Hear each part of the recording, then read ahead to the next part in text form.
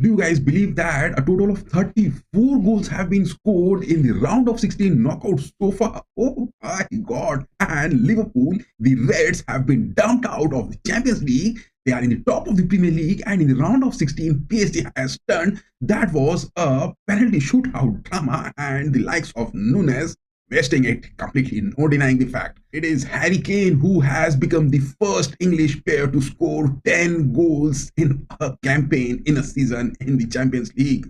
Harry Kane is doing good at Bayern Munich. Barcelona has comfortably nailed the likes of Benfica, and they have made their bold statement with the likes of Hansi Flick, who would have denied Barcelona, because Hansi Flick is that treble winner manager who is leading them. So Barcelona are going to get it, and they have got those kicked out moments for Benfica, as well as the likes of Inter Milan. They have also comfortably cruised into the Champions League last 8 spot. But there is another interesting fact. It is the likes of Serie A, from where only Inter Milan. It is the likes of La Liga, from where only Barcelona, Real Madrid and Atletico Madrid are there still in the Champions League. It is from the Premier League that none of the top 4 teams, apart from that of Arsenal, Mikel Arteta's team, is the only surviving team in the last 8. I mean, from the Premier League now, if we consider the top 4 teams who are going to be playing in the Champions League next season, it is only Arteta's man who is still surviving in that. Oh my god, these stats are really taking a toll. Hello guys, welcome back to another episode with FC Ramsay, and we are talking about the match analysis as well as those things which happened the previous night in the Champions League. It all started from the Bundesliga rivalry, no denying the fact, Harry Kane making those bold statements. And it was something which was big going to happen in this, because Bayern Munich previously has got those 3 goals lead which they were having. This all started with Leverkusen over here, and Leverkusen with their starting lineup, that was nothing much more astonishing, because Leverkusen made this statement good that they are going for those attacking aspects. Xabi Alonso's men tried everything to be doing so good to get any sort of aspects to be incoming into this game. But the most controversial part was, which I was looking for in this game, was the presence of this referee Slavako win kick in the first half, where Bayern Leverkusen were at the Bay Arena, and Bayern had visited this Bay Arena. It was something from the likes of Slavako winking. This man on the pitch, was he making those things to be counting or not? I really don't think so that it was going to be making anything. But Bayern with the stats, 12 shots being taken, Leverkusen 17, it was all the way for Leverkusen. But from the Bayern Munich, the lineups, if we are talking about, it was something very big, because the likes of Kim Min-jae and Upamecano in the lineups, as well as Jonas Ubik, it was looking something big which Bayern was cooking into it. And it all started with those early shots from Bayern, but none of them were clinical. Harry Kane getting some opportunities, Musiala as well getting that, but not good enough to convert that. But it was those early moments in the second half where Harry Kane got that goal, and it was all the down moment. In the first half, Bayern were not looking that good, and they were looking to pass their own half. Some sort of counters were being made, but it was again the disappointment for Xabi Alonso, because their man, the likes of Florian Wirtz not being present. It was also the likes of Belosian, Terrier not being available, as well as the likes of Michele, who was on a suspension. These were the Bayer Leverkusen, drought areas where they couldn't just make it over. And apart from that, it wasn't Victor Boniface who started for Xabi Alonso. It was Patrick Schick who was called in. This was something big moment which Xabi Alonso got with this. But was that sufficient enough to bring into those formations for Leverkusen to be happening? Because Grimaldo wasn't looking that good, Frimpong wasn't looking that good, as well as the likes of Garcia, Granit Xhaka, Hermoso, Ta, all were just nailing it too bad. But Bayern Munich, on their attacking aspects, as well as on their centre-back aspects, the likes of Upamecano, Kim, Davis, they were looking so good, and Jonas Ubik, that 40 number jersey in the squad, who was replacing Manuel Neuer, because Manuel Neuer was down to injuries and not being present, as well as the injuries of Pavlovic wasn't being that good.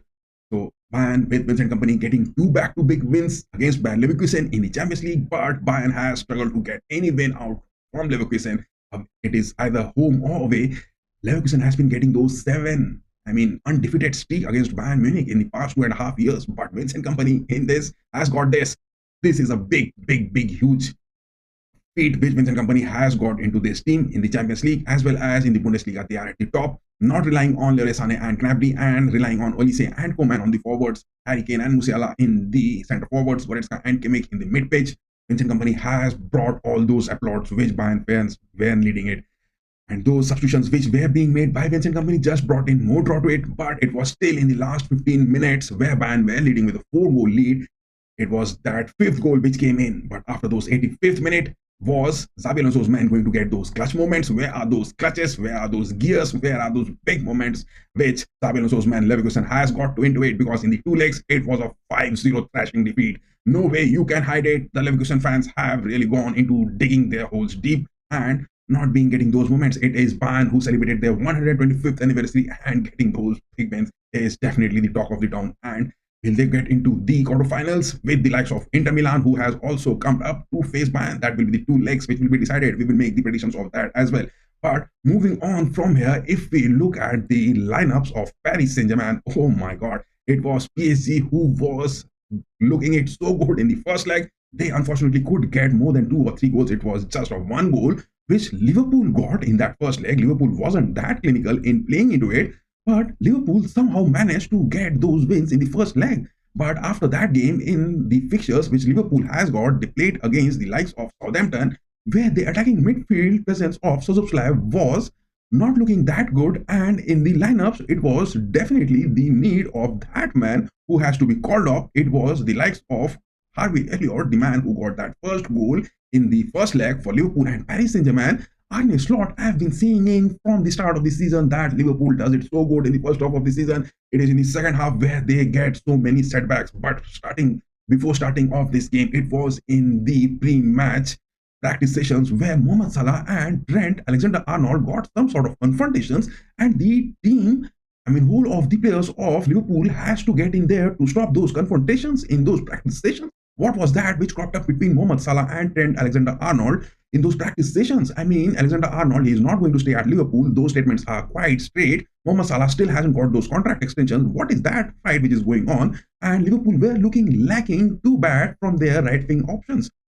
It was the likes of Paris Saint-Germain who got those early goals from Dembele on those 12 minutes, but it was Paris Saint-Germain who were making their final thirds and fourths count big, but Liverpool were striking it. And adding more to it, it is Liverpool who is going to be in the EFL finals, getting the first taste of silverware this season under Arne Slot. It will be the likes of Newcastle, where they will be facing in just 3 days.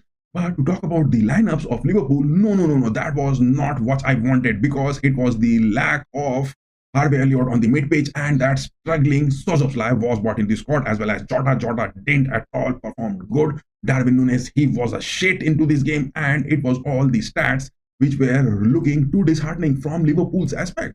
Definitely, Liverpool were not looking that good, and adding more to it, it was the substitutions which Arne Slot made, those things which didn't come into my mind too good. And look at that, it was the 106th minute in the second half of the extra time, where the goal scorer, that is the likes of Cody Gakpo, the likes of Harvey Elliott, were brought into those substitutions. My God, Szoboszlai, McAllister, Gravenberch was a disaster. Many have been saying that Gravenberch has been building those big characters, but what are those Arne Slot moments which he got from the likes of Federico Chiesa? What is the likes of Tsimikas? What is that which has happened? Where is those characters, if we talk about, from the likes of Cody Gakpo, to be seen? Why Cody Gakpo was brought into that 101st minute into this game? I was much predicting it that it was the likes of Istvan Kovacs, the referee on the pitch. Will he be going to make any sort of discrepancies, any sort of bad decisions? But no, his decisions were made so good, and no denying the fact Liverpool were not given any sort of penalties or any more big opportunities to be talking about. But all it ended into that, Luis Enrique's man getting it good, and those penalties which were being just disastrous.